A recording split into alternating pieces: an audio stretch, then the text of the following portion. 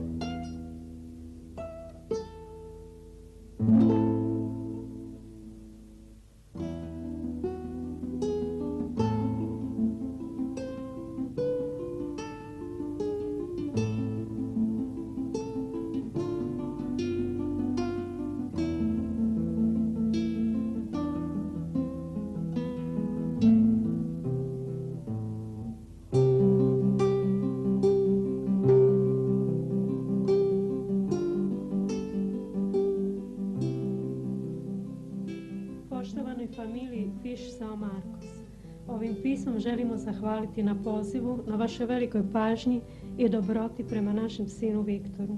Poštovana profesorice, kako nam se ukazala sreća da vas kao svjetski poznatu umjetnicu i pedagoga, kao i vašeg supruga i djecu, upoznamo u Grožnjanu, sa punim povjerenjem šaljemo vam našeg sina u nadi da ćete vi, a i on, biti obostrano zadovoljni i sretni. Evo, svi smo ovdje došli, cijela familija, da otpratimo Viktoru odlazak u Ženevu i odlazi eto na konzervatorij, da konačno uspije da nešto postigne, da bude priznat.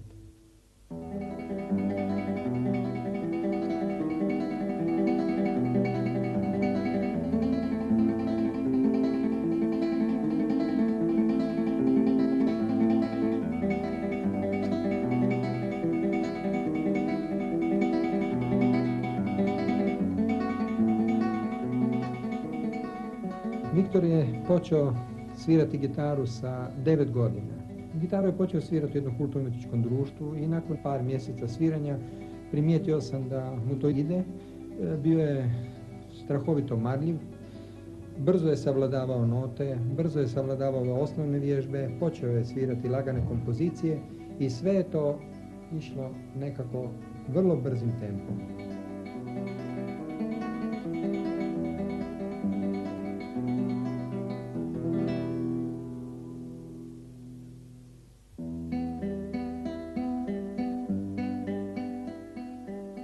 U početku sam volio mnoge instrumente, na primjer violinu, ali na poticaj oca prihvatio sam se gitare i danas ne mogu zamisliti svoj život bez nje. Izvodim mnoge klasične i moderne autore, ali na prvo mjesto stavljam muziku Johana Sebastiana Bacha. To je za mene prava muzika.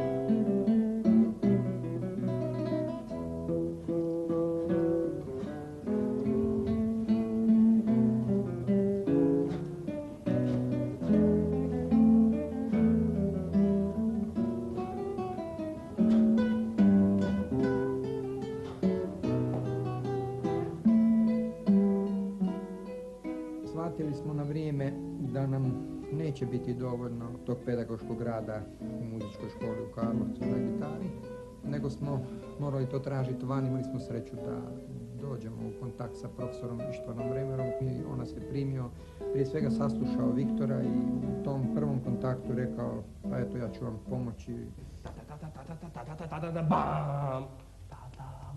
Odmah isti tempo, razumiješ? Možda odakle ti je lako početi ovdje? Može. Dobro, sad probaj da to bude čisti.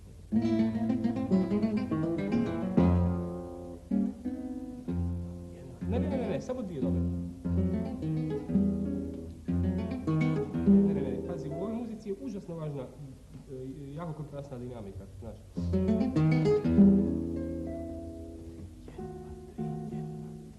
I tako su došli Viktor i njegov otac ovamo baš u ovu školu. Viktor je izvadio gitaru, ja ga pitam šta ćeš mi svirati, on veli Bachovu fugu. Ja sam ostao prilično zapanjen tom njegovom izjavom i rekao, ajde da vidimo, sviraj. I on je tu fugu, onu poznatu fugu iz prve violinske sonate u G-molu, on je to odsvirao u tako paklenom tempu. Naravno, pola tonova se uopće nije razabrala, o vođenju dionice nije bilo ni govora, ali je to sve odsvirao od početka do kraja i to prilično spretno. To je jedan jako zahtjevan koncertni komad i sad kad ga jedno tako mlado dijete ide svirati, to prilično nevjerojatno zvuči, no dobro. I onda smo polako to počeli raditi, ja sam ga prvo pitao, jel ti znaš uopće šta je to fuga, o čemu se to radi, rekao ne. Onda smo morali početi zaista od jajeta, od samog početka. 1, 2, 1, 2.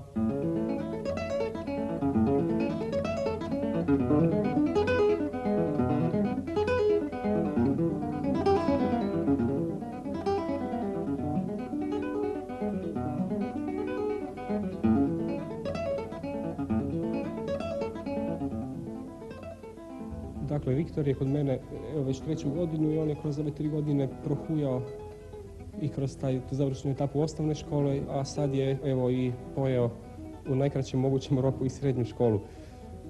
Ja sam bio prilično skeptičan i oprezan jer se još nikad u životu nisam namjerio na takav talent, a vjerojatno nikad ni neću.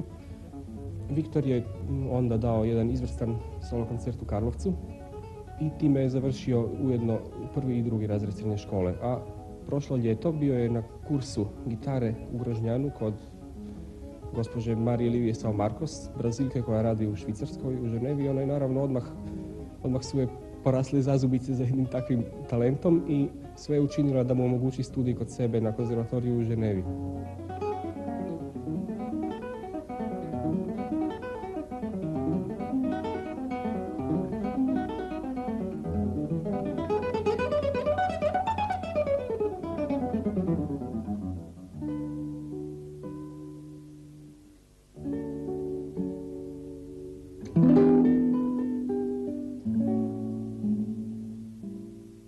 Zbog slabijeg poznavanja jezika, Viktor i neće možda moći izraziti svoje želje. Njegova velika želja je za ozbiljnom dugoročnom suradnjom sa vama i vašim suprugom, sa studijem na Ženevskoj akademiji.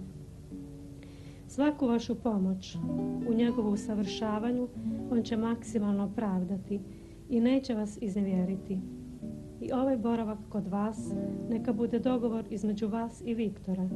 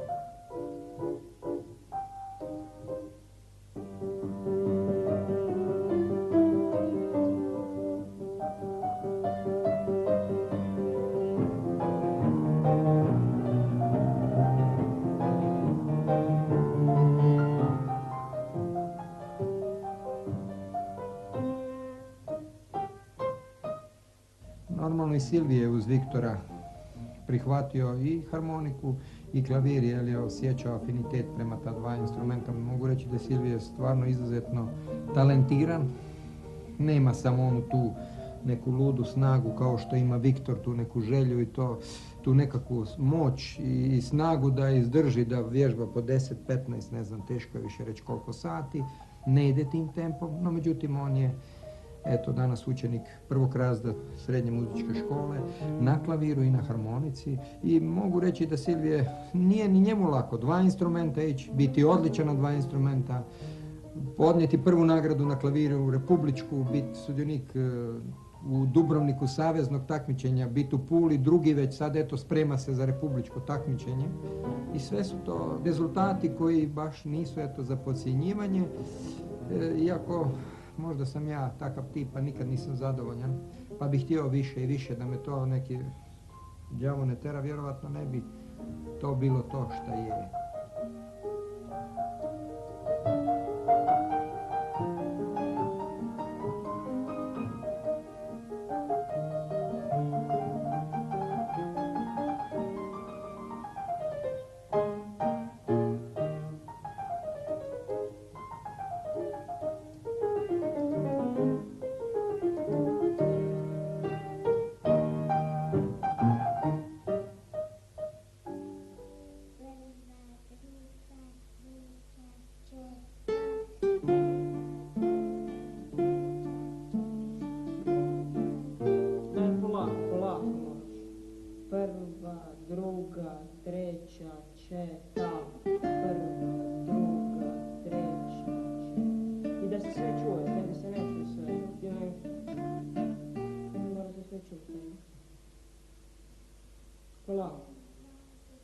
Anu sam počeo podučavati prije 2 godine.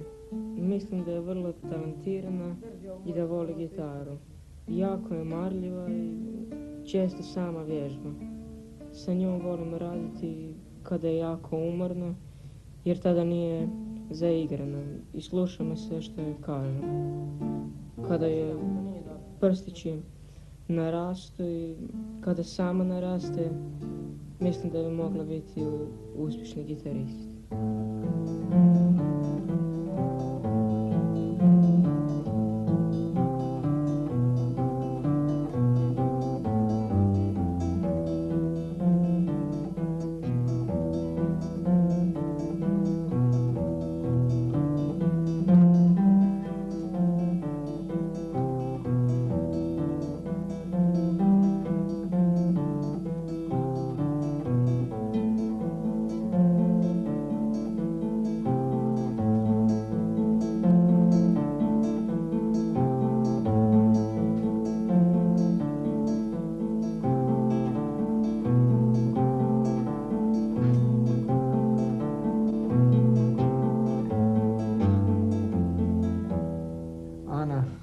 Dosta je marljiva, a gitaru vježba, mogu reći od 2 do 3 sata dnevno.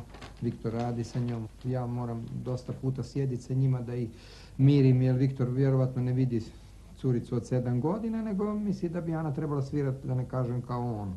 I evo, ona danas gotovo ne svira godinu dana. Ona je već, Viktor imao neke koncerte u Bjelovaru, Sisku, Novom Mjestu, Ljubljana. Ona je već s njim nastupala kao jedna točka u njegovom samostalnom koncertu, u njegovom programu i oduševila je.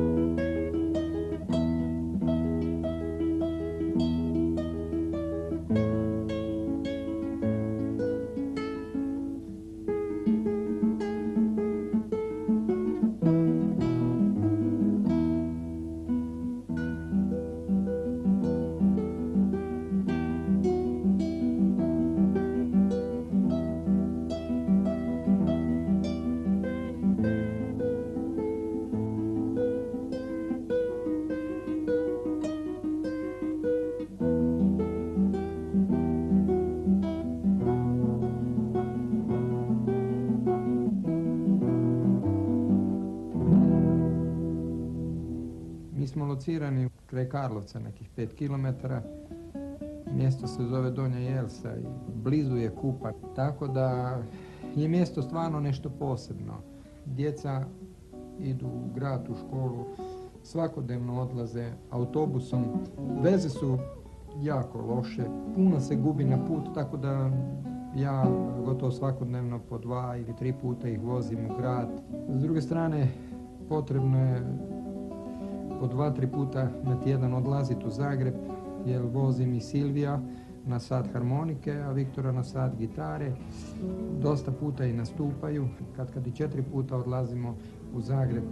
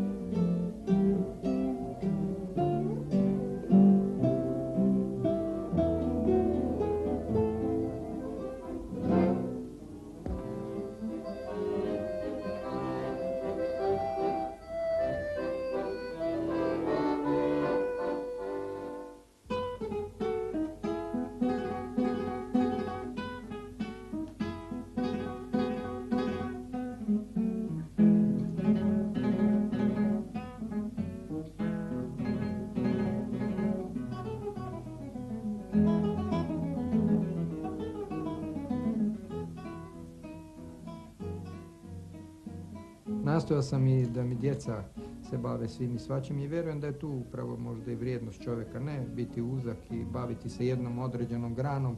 Ja sam ih niz puta znao voditi u prirodu gdje su oni stvarno uživali crtajući, vole to. Viktor se osim toga bavi i tekvondom 8. godinu i on je sa 13 godina položio crni pojas, postao majstor tekvondoa. 2 puta zaredno bio je prvak Hrvatske, jednom prvak države.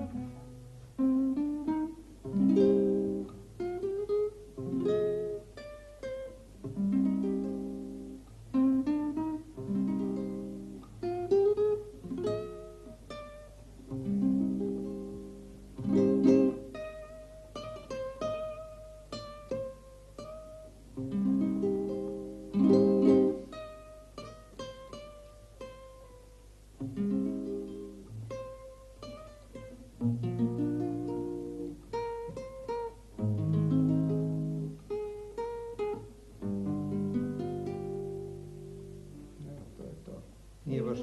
Fine. Bila je dobro, da. Pa ja sam se... Nasvirao dosta, da. Bavio sam se s tom muzikom dosta dugo i čak sam svirao na Brodu 3 puta i svirao sam po tim bendovima dosta, sjećaš se vjerovatno. I ta nekakva ljubav za tom muzikom prenio sam na svoju djecu i mislim da je to na našu djecu. I mislim da je to možda moja želja nekakva da postane neki majstor upravo prešla na djecu.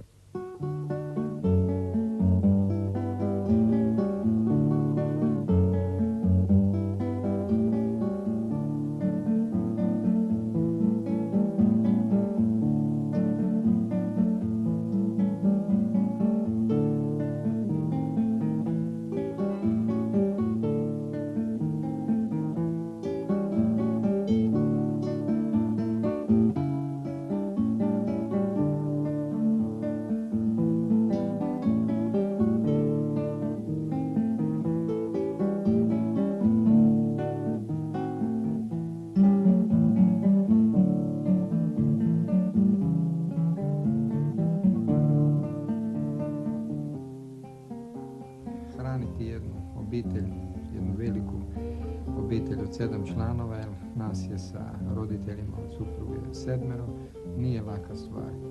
Dolazili smo često u situaciju te besparice, sve te seminare, svi ti odlasci su u tjednu po 2-3 puta u Zagreb, sve to zahtijeva enormno velike troškove, tako da smo bili i pravili molbu da nam nekako pomognu, međutim sve je to ostalo gluho, ostali smo prepušteni sami sebi.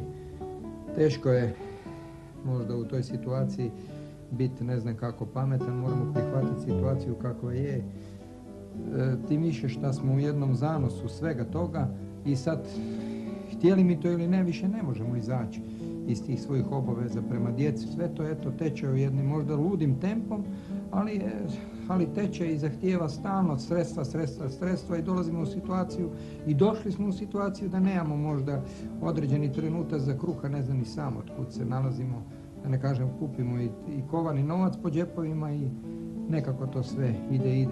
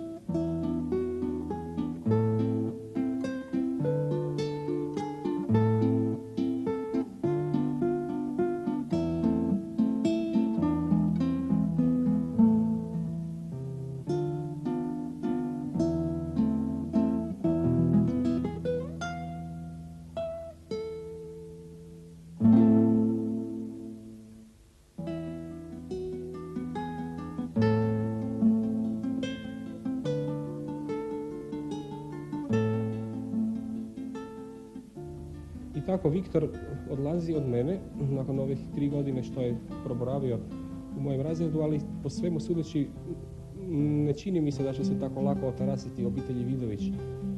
Jer evo mala Ana već je narasla, više nije tako mala, tako da će ona izgleda na jesen doći ovamo Viktorovim stopama.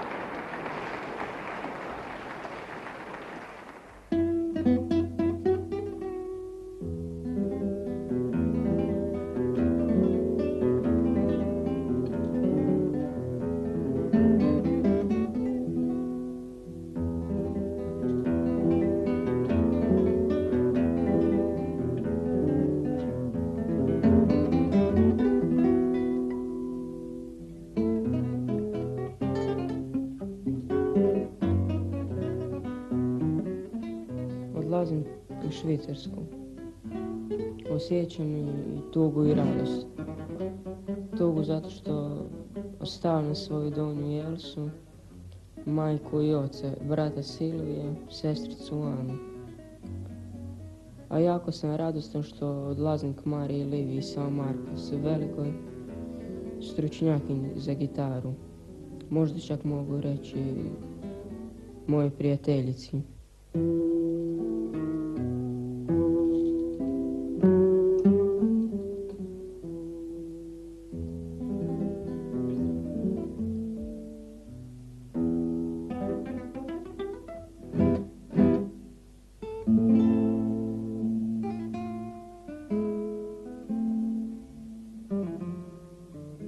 Avionska karta je povratna, ali to ne znači da se Viktor treba tada vratiti.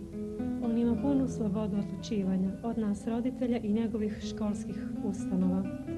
Kao roditelji želimo vama i Viktoru lijepu, ugodnu i uspješnu suradnju.